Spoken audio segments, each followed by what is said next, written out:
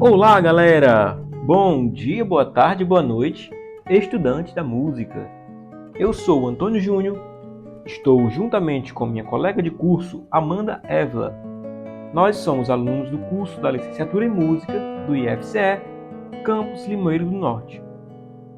E no nosso podcast, vamos falar um pouco sobre a história de um dos maiores músicos do Brasil, compositor e violonista brasileiro, Aníbal Augusto Sardinha, que ficou mais conhecido como Garoto. Ele nasceu no ano de 1915 e teve falecimento em 1955. Fiquem ligadinhos para não perder nenhum detalhe sobre a vida e obra desse grande artista e compositor brasileiro. A principal fonte de coleta de dados para a realização deste trabalho foi um artigo publicado pelo autor Júlio César Moreira Lemos, que fala sobre os aspectos composicionais presentes na obra de Garoto e sua influência sobre o novo gênero musical, a Bossa Nova. Esse artigo foi publicado no Seminário Nacional de Pesquisa em Música da UFG, em outubro de 2010. Aníbal Augusto Sardinha, mais conhecido como Garoto, provavelmente foi um dos maiores violonistas de todos os tempos que o Brasil já teve, sendo influência para músicos do calibre de Carlos Lira, João Gilberto, Rafael Rabelo, Dino Sete Cordas. O Garoto foi um compositor que forneceu considerável contribuição para a música popular brasileira, como um dos principais responsáveis pela sua modernização e um dos precursores da Bossa Nova.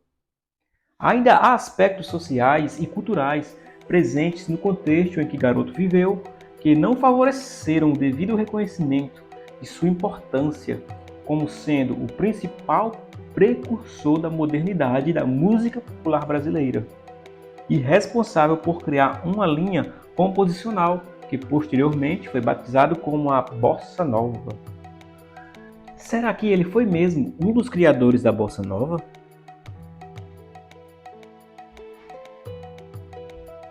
Garoto nasceu em São Paulo em 1915. Cresceu em um ambiente familiar bastante musical, no qual seus pais e irmãos tocavam instrumentos de cordas e apresentaram a música ao garoto. Ainda criança, ele começa a tocar e demonstra facilidade no aprendizado e na desenvoltura musical a partir de seu primeiro instrumento, que foi o banjo, no qual ele ficou conhecido como o moleque do banjo, porque ele tocava em grupo de adultos e só tinha ele pequenininho no meio do grupo. Daí surgiu esse apelido, moleque do banjo, depois virou para sempre o eterno garoto. Desde pequeno, ele preferia ficar em casa. Era uma criança quieta e preferia estudar o instrumento do irmão. Ficava estudando música, tocando e já tinha até um violão improvisado de teco de madeira, com ferro, que ele ficava tocando o dia inteiro, desde criancinha pequenininha. Suas primeiras composições surgiram a partir de 1930. Garoto começou a ganhar fama e ficar bem conhecido no meio musical desde novinho, tocando em vários grupos musicais e fazendo gravações. Após o banjo, Garoto passou a tocar vários instrumentos, tais como a guitarra portuguesa, o violão, violão tenor, bandolim, violino, cavaquinho, violoncelo e até o contrabaixo. Além de Atílio Bernardini, seu professor de violão erudito, ele teve influências de harmonia com João Sepper, autor do Tratado de Harmonia. Em 1939, Garoto vai para os Estados Unidos para realizar uma turnê com nada menos que a cantora Carmen Miranda. Nesta viagem, Garoto tem seus primeiros contatos diretos com jazz e com músicos que tocavam o estilo norte-americano. Ele não apenas tocava música brasileira quando foi para os Estados Unidos. Mais que isso, ele estudou o gênero do jazz a fundo, foi atrás de entender tudo. Então, qual foi o pensamento dele? Após ele sair em turnê com a Carmen Miranda, o pensamento dele não foi apenas tocar, mas foi estudar fora, conhecer o gênero do jazz, para poder se aprimorar em seus conhecimentos e entender tudo. Quando ele retorna ao Brasil em 1940, começa então uma nova fase composicional de Garoto, que se deixa influenciar diretamente pelo jazz. Sua produção musical passa a apresentar novas formas composicionais que de forma híbrida misturam o jazz, o choro, o samba e a música erudita. Garoto passou a criar um novo estilo de composição, que mais tarde tornou-se considerada como a música moderna brasileira. A bossa nova é isso, pessoal. São acordes de jazz com dissonâncias feitas em cima da música brasileira. Por isso, ele foi considerado por muitos como o precursor da bossa nova. Garoto viveu a época da transição das transformações, de onde surgiria uma nova síntese musical. A tradição musical brasileira, o choro, o jazz e o erudito.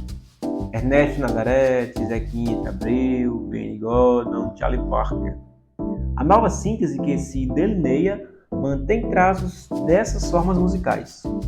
Mistura-se o popular brasileiro, o choro, com elementos do jazz, os acordes modernos, a música erudita. Garoto trabalha todos esses elementos. Era um bom chorão e, pelo choro, fez mais do que dar continuidade a uma tradição. Ele rompeu com a sua petrificação, sua estabilidade e, com harmonia moderna, realizou uma síntese perfeita entre o choro e as obras clássicas. Compõe, é o poeta das cordas. Olá, Antônio Júnior, olá a todos os ouvintes do nosso podcast. Aqui quem vos fala é Amanda Évila, como já anunciado anteriormente. E agora a gente vai estar conversando um pouco sobre a consolidação da bossa nova e quais as contribuições do Garoto na bossa. Primeiramente vamos falar como surgiu o movimento, né? Esse movimento ele surgiu através de reuniões feitas por alguns jovens universitários de classe média que moravam na zona sul do Rio de Janeiro, e eles queriam inovar nas composições. Muitas dessas reuniões eram feitas no apartamento da Nara Leão, e existe até uma característica assim na bossa, que o canto é assim mais próximo da fala, é mais baixinho, é mais suave, até a forma de tocar também, e essa característica veio justamente por as reuniões serem feitas em apartamentos e teve aquela coisa de se cantar mais baixinho para não atrapalhar os vizinhos, e dessa forma ficou como uma característica.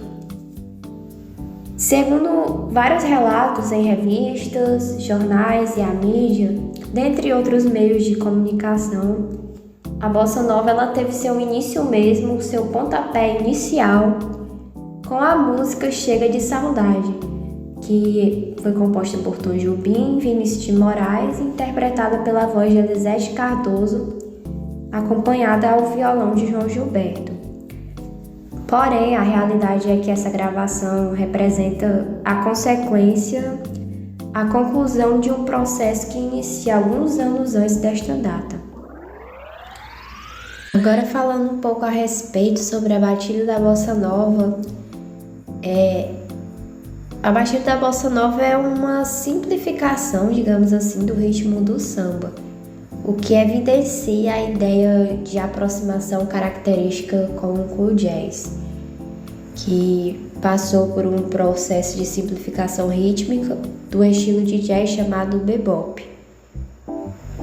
Entretanto, existem relatos de importantes músicos de samba, tal como Elton Medeiros, que, a respeito da inovadora batida apresentada no movimento bossa novista, faz uma crítica indicando já a pré-existência daquele tipo de batida. E a batida do violão convencionado C de bossa nova é a batida do tamborim pé chato.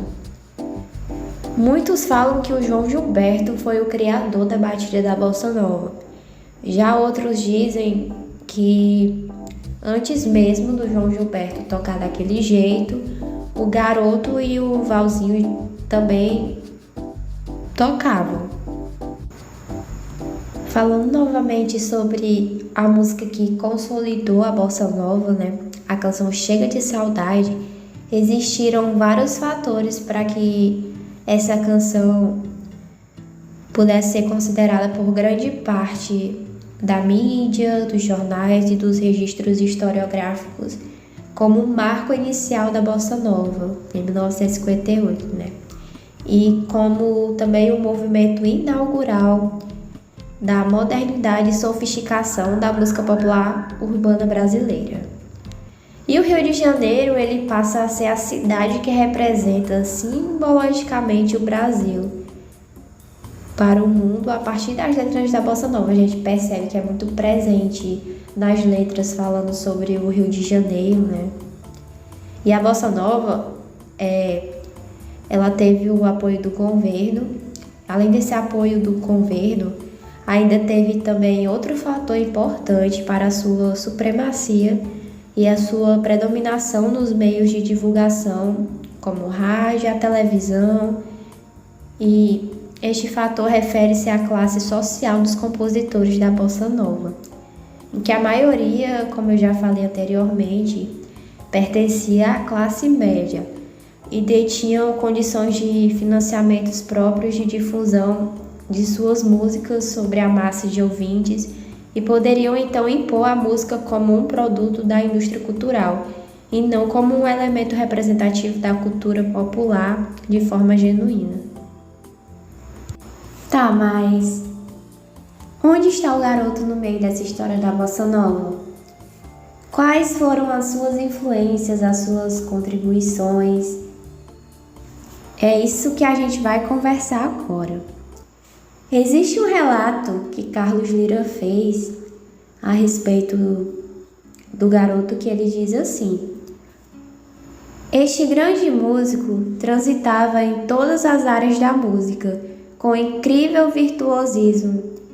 Com isso, podem imaginar que influência teve, não só na minha, como na formação da música moderna deste país, inclusive na maneira diferente de bater o samba, aproveitado por João Gilberto.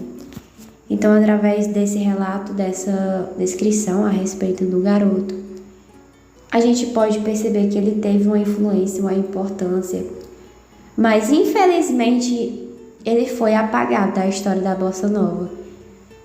Os autores da bibliografia do Garoto, no livro Sinal dos Tempos, fazem uma crítica ao esquecimento da importância dele no surgimento do movimento da bossa nova. Quando se chega ao capítulo Bossa Nova, seu nome raramente é citado, como se a bossa nova, que tem seu marco teoricamente em 1958, tivesse nascido assim do nada, ou não necessitasse de precursores. E o Garoto, ele dedicou muito a sua vida, as suas melhores horas à música popular brasileira. Mesmo ainda quando era limitado o alcance que se fazia em termos de inovações. Mesmo assim, ele se dedicava às suas melhores horas para a música. E infelizmente, o que pode haver ocasionado essa falta de informações, essa presença do Garoto na história da bossa nova no seu início, pode ter sido a sua morte prematura. A carreira do compositor e intérprete Garoto é interrompida por sua morte, um pouco antes dele completar os seus 40 anos de idade, em 1955. Mas ele deixou muitas obras, e elas não foram realizadas apenas com o intuito de serem composições modernas. Ele compôs e gravou vários gêneros musicais brasileiros, tais como baiões, marchas, valsas, sambas, polcas, machixes e, sobretudo, choros. Tinha um nível composicional altíssimo. E dentre algumas de suas músicas que eu posso citar aqui estão Lamentos de Morro, Gente Humilde, Jorge do Fusa, Duas Contas, Desvairada, Debussiana, Sinal dos Tempos e Inspiração. É isso mesmo, Amanda. E lembrando que essas são só algumas músicas que o garoto compôs que apresentamos aqui, que elas são de nível composicional altíssimo. Além delas, existem várias outras músicas de sucesso do garoto, como a Vivo Sonhando, Alma Brasileira, Sons de Carrilhões, Relâmpago. Então, pessoal, esse foi um pequeno resumo da história de Aníbal Augusto Sardinha, mais conhecido como Garoto. Músico esse que teve grande influência na criação da bossa nova, mas que infelizmente não foi tão citado. Espero que vocês tenham gostado do nosso podcast e até mais. É isso aí, pessoal. Estamos encerrando o nosso podcast e vamos deixar para a apreciação de vocês uma das obras emblemáticas do garoto, que é essa música Inspiração. Então, vocês escutem à vontade, apreciem. E muito obrigado pela participação aqui conosco e até mais.